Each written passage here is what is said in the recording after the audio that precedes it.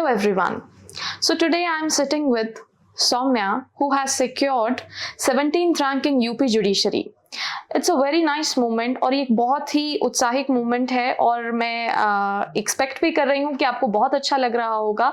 आप क्या कहना चाहेंगे, आप क्या फील कर रहे हैं?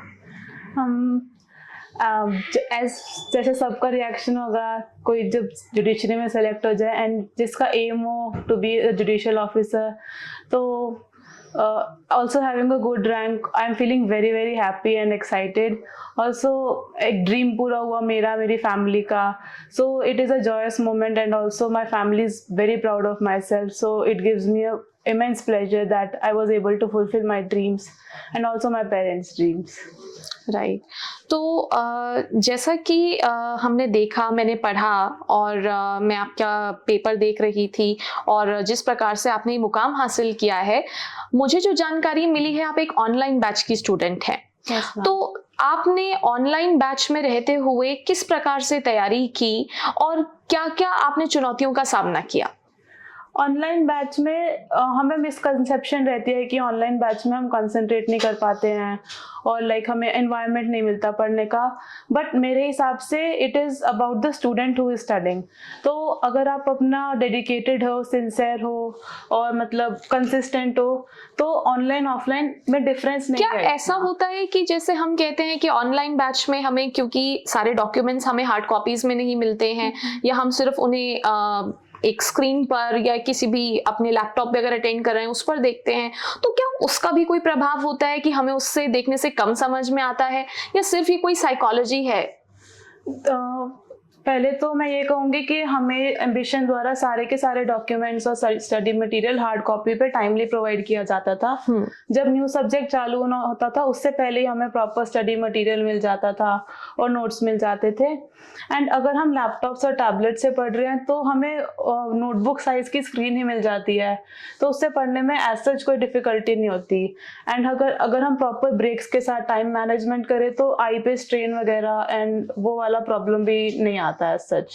It is about how we are managing ourselves and how we are using the technology wisely. So जैसे कि आज की डेट में सब स्टूडेंट्स प्रिपेयर करते हैं and many students face many difficulties, तो ऑनलाइन में एक इशू ये भी आता है कि जैसे हम पढ़ाई करते हैं and even it can come in across offline batch also, कि जब हम पढ़ाई करते हैं तो एक पीयर प्रेशर होता है, एक ऐसी रिस्पॉन्सिबिलिटी सी फील होती है कि कब होगा, कैसे होगा, कितना समय लगेगा, अब क्या होगा. एंड दैट टू कि जब बीच में कोविड का एरा आया तो एक ऐसा ही लगा कि जैसे ये 2 साल तो यूं ही निकल गए.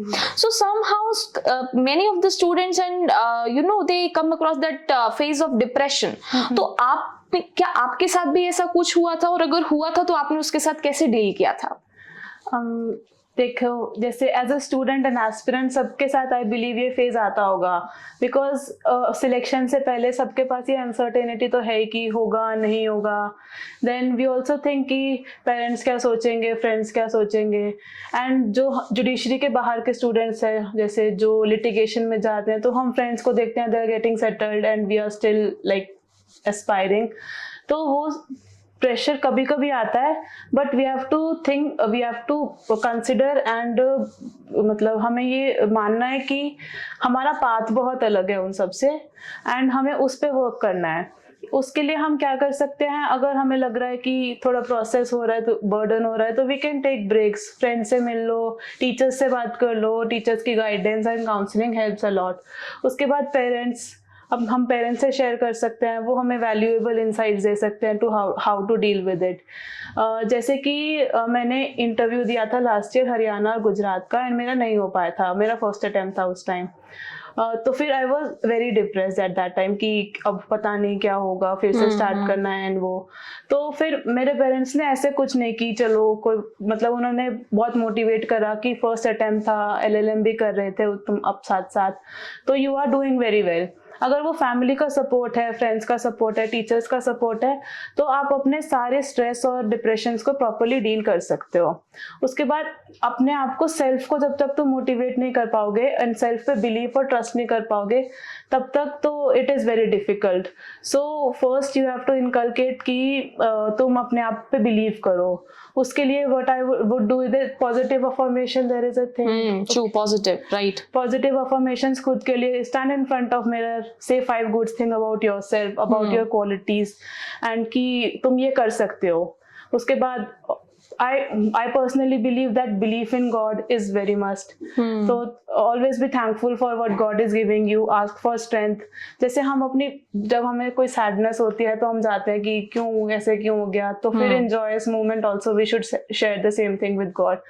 So believing and trusting is the process, and also learning and consistency in learning is also very क्या इस प्रिपरेशन के दौरान, जब हम प्रिपरेशन करते हैं या जब हम तैयारी कर रहे होते हैं, क्या इस फेज में अपने आप को सिक्लूडेड रखना जरूरी है कि हमें लगे कि हमें दुनिया से अलग होना है, हमें लोगों से बात नहीं करनी है, we have to be we have to be away from the society? क्या ऐसा होना चाहिए, और is there any kind of balance required?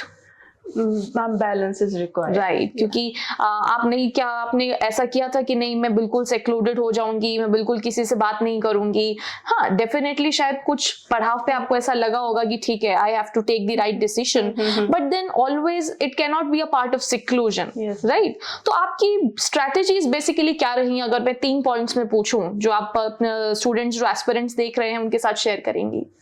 Firstly about your social circle, you have to choose your social circle wisely, because जो आपकी company है वही आपकी क्वालिटीज को एंड आपके स्ट्रेंथ को डिटरमाइन करेगी।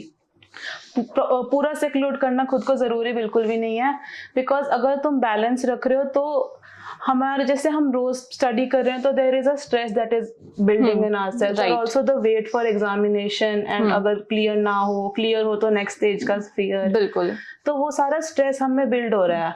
तो अगर हम फ्रेंड्स के साथ जाके 2-3 घंटा, वो फियर हमें और ज्यादा डेवलप हो जाएगा, राइट, या तो अगर हम उससे बिल्कुल रिलीज ही नहीं करेंगे, कहीं पे भी खुद में करते जाएंगे, तो वो बर्डन होता जाएगा, तो ऐसे लगेगा कि नहीं अब तो होएगा ही नहीं, एंड जब वो नेगेटिविटी आने लगेगी खुद में, तो द प्रोसेस बिकम्स डिफिकल्ट। यानी कि आपका संदेश जो एक बच्चों के लिए, स्टूडेंट्स के लिए, एस्पिरेंट्स के लिए जा रहा है, वो संदेश ये है कि उन्हें पॉजिटिव रहना है, उन्हें सकारात्मक सोच बनाए रखनी है। तो सकारात्मक सोच बनाएंगे तो शायद वो अपने लक्ष्य की ओर सही प्रकार से चल भी पाएंगे, और उस लक्ष्य को प्राप्त करने के लिए जो भी मेहनत या जो भी उनको एक हार्डवर्क करना है वो जरूर करने में सक्षम होंगे, राइट? तो एक फाइनल जो संदेश आप देना चाहें हमारे कैंडिडेट्स को जो हमें सुन रहे हैं, या जो भी पूरे दुनिया भर में स्टूडेंट्स आपको सुन रहे हैं, क्योंकि अभी आपने हाल ही में यूपी जुडिशरी क्लियर किया है, तो कई ऐसी मुश्किलें आती हैं, कई ऐसी चुनौतियां आती हैं आपकी लाइफ में जिससे गुजर के हर इंसान निकलता है। तो अगर आप उस पर कुछ कहना चाहें कि ऐसी कोई चुनौती, ऐसा कोई मुश्किल समय जो आपने एक निकाला हो, एक टफ फेस आपका रहा हो, जिसको पार करते हुए आपको अभी फील हो रहा है कि हाँ मैं जज बन गई हूँ, तो वो कौन सा समय है? वो समय मैं कहूँगी कि मेरा लास्ट ईयर वाला ही ओवरऑल हम कह सकते हैं 2022 was quite difficult and hectic eight the same time. मैं उस टाइम LLM परस्यू कर रही थी, तो मेरे मेंस के एग्जाम लाइंड अप थे। राजस्थान का मेंस था, हरियाणा का मेंस था, उस टाइम दिल्ली का प्रीलिम्स था, MP का प्रीलिम्स था, and at the very same time मेरे LLM के फाइनल सेमेस्टर के एग्जाम्स चल रहे थे लखनऊ में। तो what I was doing was I was giving exam in Lucknow, at the same time evening में ट्रेन करके I am coming back to Delhi, फिर हम दूसरा एग्जाम देने जा रहे हैं जुडिशरी का। तो that was a phase I thought oh my god how will we manage this, how तो उस फेज में जो मैंने एग्जाम दिए उसमें से मेरा हरियाणा का मेंस क्लियर हुआ था। साइड बाय साइड मैंने गुजरात की तैयारी करी थी जिसके लिए मुझे गुजराती लैंग्वेज सीखनी थी, तो मैंने उसका भी फिर मेंस क्लियर करा था एंड इंटरव्यू दिया था। तो ये सारे एक के बाद एक आपने टास्क आते चले गए, और फिर आपने लेकिन ये टास्क आने से आप घबराए नहीं, और आप सबको पार करते हुए आज फाइनली यहाँ पर हैं। तो देखिए, आप इनकी कहानी से एक बहुत बड़ी सीख ले सकते हैं कि consistency and patience is the key, जिसके सहारे आप कोई भी बड़ी मुश्किल पार कर सकते हैं। ऐसी कोई मुश्किल पहाड़, कोई चुनौती नहीं है जिसका सामना आप नहीं कर सकते। अगर आप में हिम्मत है, आप में जज्बा है, आप में पेशेंस है, आप में कंसिस्टेंसी है, तो आप जरूर अपनी जिंदगी में बहुत अच्छा कर सकते हैं। और सबसे बड़ी बात कि चुनौतियों से डरना नहीं है, उनके सामने डटे रहना है। और जैसा कि इन्होंने ऑनलाइन बैच में रह के हर एक पड़ाव को बहुत ही पॉजिटिवली लिया, तो इनका संदेश सबके लिए यही है कि stay positive, right? Stay positive, stay consistent and stay dedicated. Trust your teachers and yourself. That is very, very important. तो हम बहुत बधाई देते हैं आपको सौम्या जी, और हम आशा करते हैं कि आप अपनी न्यायिक सेवा में भी भरपूर अपना जो योगदान है वो ठीक इसी प्रकार देंगी जैसा आपने अपनी तैयारी में दिया था। ठीक है, तो इसी के साथ तो हम फिर मिलेंगे, और जल्द ही आप सबको भी all the best. Thank you ma'am.